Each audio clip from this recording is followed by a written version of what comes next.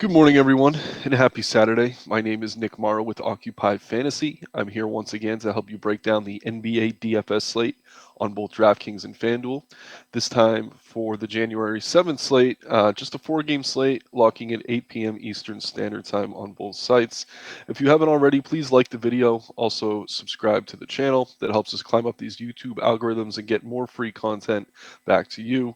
Also, check the links in the description below. To become a member of Occupy Fantasy, you get access to the model you see here, a single and multi lineup builder, a private Discord server full of DFS pros to help you improve your game, and there is a 30-minute window leading up to each slate's lock where you can ask your lineup specific questions. So, we do have a nice four-game slate here today. It should be pretty easy to go through game by game rather quickly. Just taking a look at the injury report now, it does look like we're still waiting on a few teams, which is no surprise as we do have several teams on back-to-backs. So yeah, let's go through game by game. I'm mostly going to lean on the model here. You see in front of you, if you do become a member of Occupy Fantasy, you get access to this. You can sort by OF index, which is just going to show you the best plays, mostly based on upside, with a bit of a price factor weighed in as well. We also get our ownership projections. And then you can sort by value on both DraftKings and FanDuel. So a very helpful tool. And yeah, let's get into it here. So again, this slate locks at 8 o'clock Eastern. There is a 6 o'clock game, Celtics Spurs, but that is not on either slate. So we're not going to talk about that one today. First game on the board here. I'm going to go in the order of the official NBA injury report. We have the Dallas Mavericks at the New Orleans Pelicans. And let's take a look at the spread. So the Mavericks are 7-point favorites at home, hosting New Orleans. Pelicans are on a back-to-back. They did have the Nets in town last night. They're traveling to Dallas here. So no injury report yet for them. So it's certainly something we're going to have to keep an eye on. Just clicking into DraftKings. I mean, last night we had Ingram and Zion out. I am guessing both of them will continue to be out tonight, which means CJ McCollum is going to be a very appealing play for the Pels. Jonas Valanciunas looked good, but Larry Nance was back, who did cut into his minutes and upside, so he's not a bad play. Najee Marshall was unconscious last night, for lack of a better word. He was on fire. He looked awesome. Certainly going to be one of the better value plays on the slate once again today. His price did come up on DK. I imagine it did on FanDuel as well. Let's take a look. Um, yeah, 5K flat on DK, 5,200 on FanDuel. Really solid option here. Don't mind Herb Jones. Don't mind Trey Murphy. Again, this is all under the assumption that both Zion and Ingram are still out. I would be very surprised if either of them played here. So we could prioritize CJ. He's over 20% owned on both sites, but on just a four-game slate, that isn't all that bad. And we're also seeing a lot of ownership go to Jose Alvarado. He had a really solid game last night. Definitely risky at that 20% ownership, but if he's in the starting lineup and we are getting those guys out for the Pels, he's going to look like a good value play there as well. So really, all the starters here look good, and even if Alvarado doesn't start, I do think you could mix him in for value.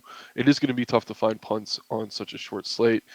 So lots to like on the New Orleans side, even on the back-to-back, but we do not have that injury report. So that's something we're going to have to keep an eye on throughout the day. Over on the Dallas side, they do have their injury report out. Luke is listed as probable. No Kleber, Green, or Finney-Smith. No real surprises there.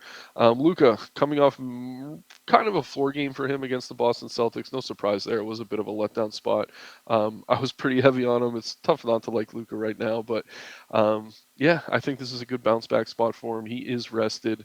The Pels, again, they're missing a few of their better bodies, so this should be a good game for Dallas. I like Luke on both sites, but again, it's going to be tough to find value on such a small slate.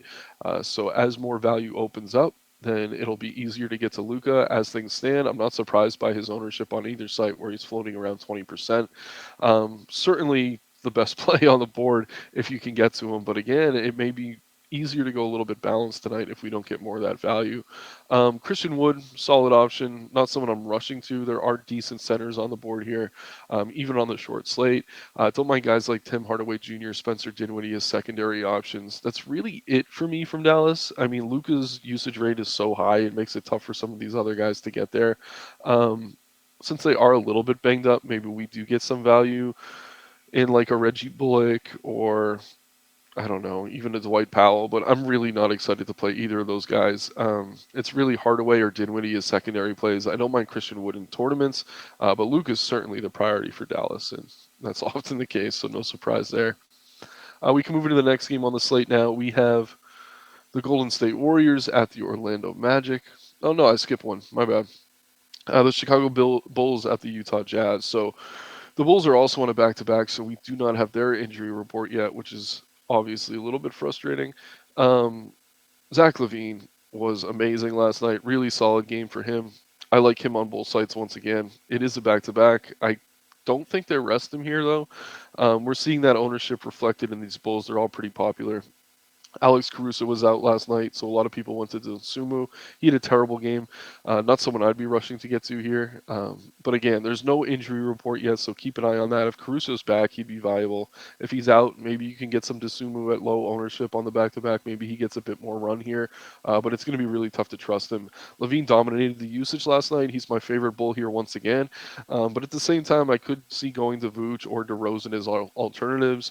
They're all pretty popular, though. DeRozan almost 50% owned on FanDuel. Definitely a hefty price tag.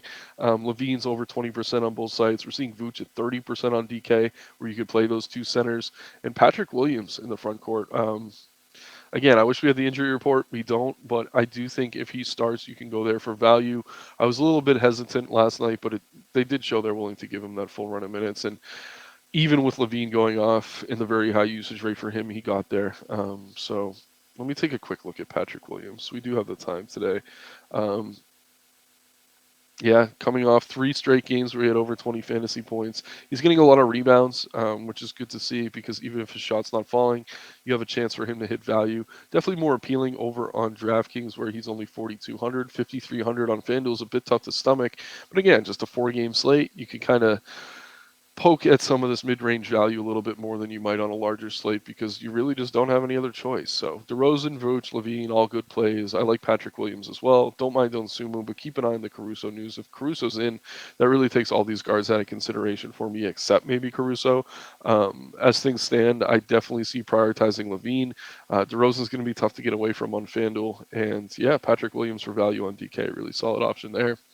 The Utah Jazz, their injury report has been released, which is good to see. Colin Sexton's out. That's really the only relevant one. Lauri Markkanen's been excellent. Really solid year for him so far. Like complete resurgence with these Utah Jazz. I like him in the spot against his former team. Not going to preach the revenge narrative, but I mean, hey, he did have a few tough years in Chicago, so maybe there is some incentive there. But all that aside, I mean, Lauri's just a good play regardless. He's seen the highest usage rate on this team. He's consistently performing, and it looks like right now he's one of the lower owned options in that starting lineup. So I do like Lauri if you can get to him. He is expensive though, and again, we're waiting on more value to open up as things stand. It's kind of tough to get to guys like Luka, and if you do, it's going to be tough to get to someone like Lauri. But if you go with that more balanced build, maybe Lauri Markkanen is someone you get into your lineups tonight. Jordan Clarkson's fine. Mike Conley's fine. They're both kind of priced where they should be, in my opinion. Jared Vanderbilt, wide range of outcomes, but at his price, I don't mind him. Kelly Olynyk's fine. I really like Walker Kessler coming off the bench. He's just shown consistently that he's going to get enough minutes to hit value, even if he's not starting, even if these Jazz are healthy. Pulling him up right now. Yeah, look at this. I mean, some of these games were without Olynyk, but we're looking at 5 straight games where he's hitting value around this price point. So I do really like Walker Kessler here. A bit surprised at the ownership too. I mean, we're getting him sub 10%. I think if you're trying to fit someone like Luka, it makes sense to use someone like Walker Kessler at center, but there are some decent center plays on this slate. So there is opportunity cost there. But yeah, I really like Walker Kessler at that ownership. If that holds, he might be my favorite play on the board, even coming off the bench. But again, all the starters look good. Lauri's certainly the best of the group, but he's also the most expensive.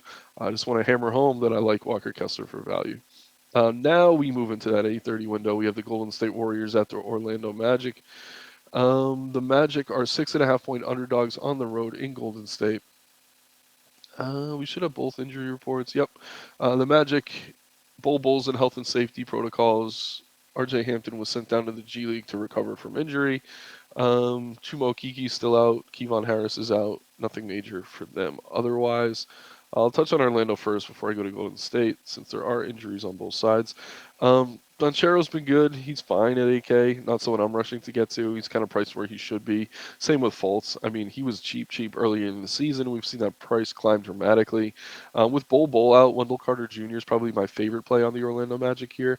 Not a bad matchup against Golden State. Their front court defense is decent, but it's not something you need to shy away from, especially on a short slate. Franz Wagner looks fine. Cole Anthony's okay. Really no major priorities for me here. Keep an eye on Jalen Suggs. He is back and healthy, but they have been slowly ramping up his minutes. That could cut into usage for guys like Banchero and Fultz. So probably of all the teams on the slate, the Magic are my least favorite. But at the same time, I do like Wendell Carter Jr. a lot. And Franz Wagner is definitely valuable because small forward, once again, is one of the thinner positions. So don't hate the Magic here. Certainly don't love them, though. Not even sure I like them. But yeah, short slate, it's probably a good spot to go because I imagine a lot of people are feeling the same way.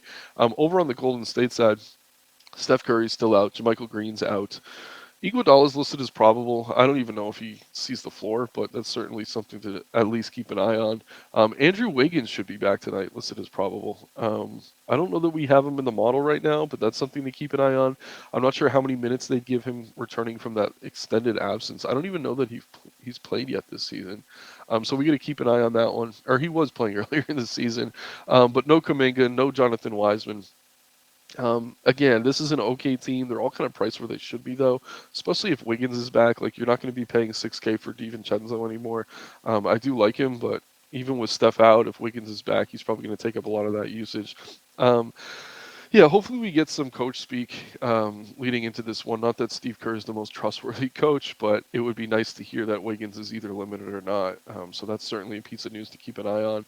Don't mind Dre in that front court. Not someone I'm ever rushing to get to. Jordan Poole's a fine tournament play at guard, getting him at reasonable ownership. But this whole game is just really not one I'm all that excited to get to. But yeah, not a terrible spot. So we can move into the last game on the slate.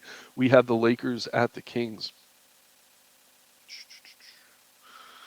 Anthony Davis is about to start ramping up um, his recovery.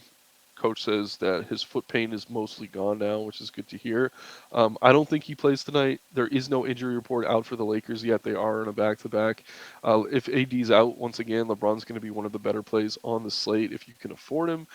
Easier to get to on DK at 10-7, 11-4 on FanDuel is kind of tough to stomach, but I'm fine if getting to him if AD's out. So keep an eye on that. I would be shocked if AD plays tonight. They said they're going to ramp him up in his recovery. That doesn't mean he's playing the next day. So a bit surprised he's not still marked as out on FanDuel, but that's neither here nor there. Thomas Bryant in the front court, solid center option. Really like Dennis Schroeder if you can get to him. Russell Westbrook's fine off the bench. More of a tournament option for me, though. He just has a wide range of outcomes. He's been inconsistent. But once again, really, LeBron is the prize here. And we did see yesterday Lonnie Walker and Austin Reeves both out, which opened up minutes for guys like Troy Brown Jr., Kendrick Nunn as solid value plays. So we do have to keep an eye on that. Just clicking Kendrick Nunn quickly here. He had a massive game last night. 23 points, real points, 3 rebounds, 2 assists, and a steal. Going to be one of the better value plays on the slate if that injury report tonight looks similar to what it did yesterday. Again, that's if Walker and Reeves are both out. Kendrick Nunn becomes a viable value option. I had a lot of Dennis Schroeder yesterday. Um, it wasn't bad. It wasn't good. It was more bad than good. But I don't mind getting to him. I don't think you see a huge ceiling game out of Nunn if Schroeder's not struggling, though. So kind of take your pick of the two. But as things stand, I do think Schroeder is a safer play. But yeah, I mean, LeBron's really the prize here. Love me some Thomas Bryant. But not rushing to any other Laker play as things stand. But if Walker and Reeves are out, there is going to be some value here. So keep an eye on that starting lineup. Over on the Kings side, Malik Monk is questionable. That's really it that we need to discuss. I will click into the model for the Kings. Yeah, we got Sabonis drawing plenty of ownership, 10-3 on both sites. Really good center play if you can get to him. Probably the highest ceiling for any center on the slate if you can get to him. De'Aaron Fox priced reasonably at 8,600 on both sites. He's fine. Kevin Huerter, okay, sure. Very scoring dependent, wide range of outcomes, but on a short slate like this, I mean, he can hit 7, 8x his value, so that's someone I'm always interested in. If Malik Monk, who's listed as questionable, is out, I'd feel a lot better about Huerter. We could also maybe see someone like Terrence Davis get some extra run. Not that I'd be rushing to get to him necessarily, but again, we're lacking value on this four-gamer, which makes him appealing. Harrison Barnes, I'm always fine getting to. Not the most exciting play, but he's always priced kind of where he should be, and he usually hits value. So what more can you ask for is kind of a last guy in. Don't mind Harrison Barnes. Keegan Murray's okay. Not someone I'm ever really rushing to get to, but I do think he's a talented player who continues to improve. So if he gets extended minutes, um, yeah, he's a pretty good bet to hit value, especially on DK at 4,100. So no major priorities for me from the Kings. I do like Sabonis a lot. I think Herter looks good, but he's risky. He'll be better if Monk sits. And then Harrison Barnes. I always end up with a ton of Harrison Barnes just because you get those two forward eligibilities on both sites, and he's always affordable. So that is it for the game by game. I'll quickly talk through the model here. Just sorting by OF index first and foremost. What OF index does is it weighs upside with kind of price. And yeah, we're looking at Luka at the top here. No surprise. If you can get to him, do it. Love him. Sabonis, LeBron, De'Aaron Fox, CJ McCollum. I think McCollum feels a little bit low to me here. I'd actually probably have him over Fox and Thompson. That's just personally in terms of rating upside. It's just with Ingram and Zion out. I do think he's a really solid play. We're seeing DeMar DeRozan pop, Vucevic, but we're getting a cheaper Zach LaVine who just showed he has a 50-plus fantasy point ceiling. Maybe the field's going to chase that game. Maybe we get some game log watchers inflating that ownership, in which case I would rather go to someone like DeRozan or Vooch. But just in a vacuum, I mean, you're getting a discount for LaVine. He's tough to ignore. Sorting by value on ZK, Patrick Williams popping towards the top. No surprise there. Thomas Bryant. We're seeing AO. If Caruso's in, I don't think you can go there, but if Caruso's out, I'm fine going there, even coming off that dud. Dennis Schroeder, pretty disappointing game last night as well. I don't mind going to him. Harrison Barnes, who I just talked about. Kevon Looney, I didn't mention in the front court for the Warriors. He's fine on a short slate. Really not a massive ceiling, but he's a guy kind of like Barnes who's going to get you close to value every night. Affordable, probably doesn't kill you. Probably doesn't win you a tournament on his own, but if you can build what you like around him, he's a good play. Similar value over on FanDuel, no surprise there. I mean, Clay, I'm a little bit surprised how highly he's popping. I don't know that we have Wiggins in the model yet, so keep an eye on that. Again, listen to what Steve Kerr says going into this one. If Wiggins is limited, I do like Klay Thompson. Should be fine here regardless, but again, very scoring dependent. If his shot's not falling, you could be in trouble rostering him just shy of 8K. But yeah, no surprises there. Take a quick look at ownership. We're seeing LeBron pop as the most popular play on DraftKings. I think that's because we don't have enough value to get to Luka. And it is a really good matchup against Sacramento. I think that game has the highest total on the slate. So love that. Don't mind the Patrick Williams ownership. AO feels over-owned to me. If I'm fading anything in this top 5 own, it's probably Donsumu. But again, coming off a dud, I wouldn't be surprised to see this number kind of tick down. Najee Marshall, I just want to shout him out once again. Really good game last night. Cheap at small forward. And yeah, nice segue there. He's the most popular play on FanDuel. Really like Najee. Really like Trey Murphy from those Pels. CJ McCollum, who I just talked about, looks really good. Thomas Bryant. I mean, for a 4-game slate, we do have some good options. There's a lot of nice pay-ups, a lot of good mid-range plays. We're still waiting on a little more value, I'd say. But I don't know. I think you could just play a lot of like 5, 6K guys, pick your favorite stud. That's probably the way to go. But once again, my name's Nick Marro. You can find me on Twitter at Nick Marro DFS. Here with Occupy Fantasy. Please like the video, subscribe to the channel, check the links to sign up to Occupy in the description below. Let's have some fun tonight, everyone, and make some money. Good luck.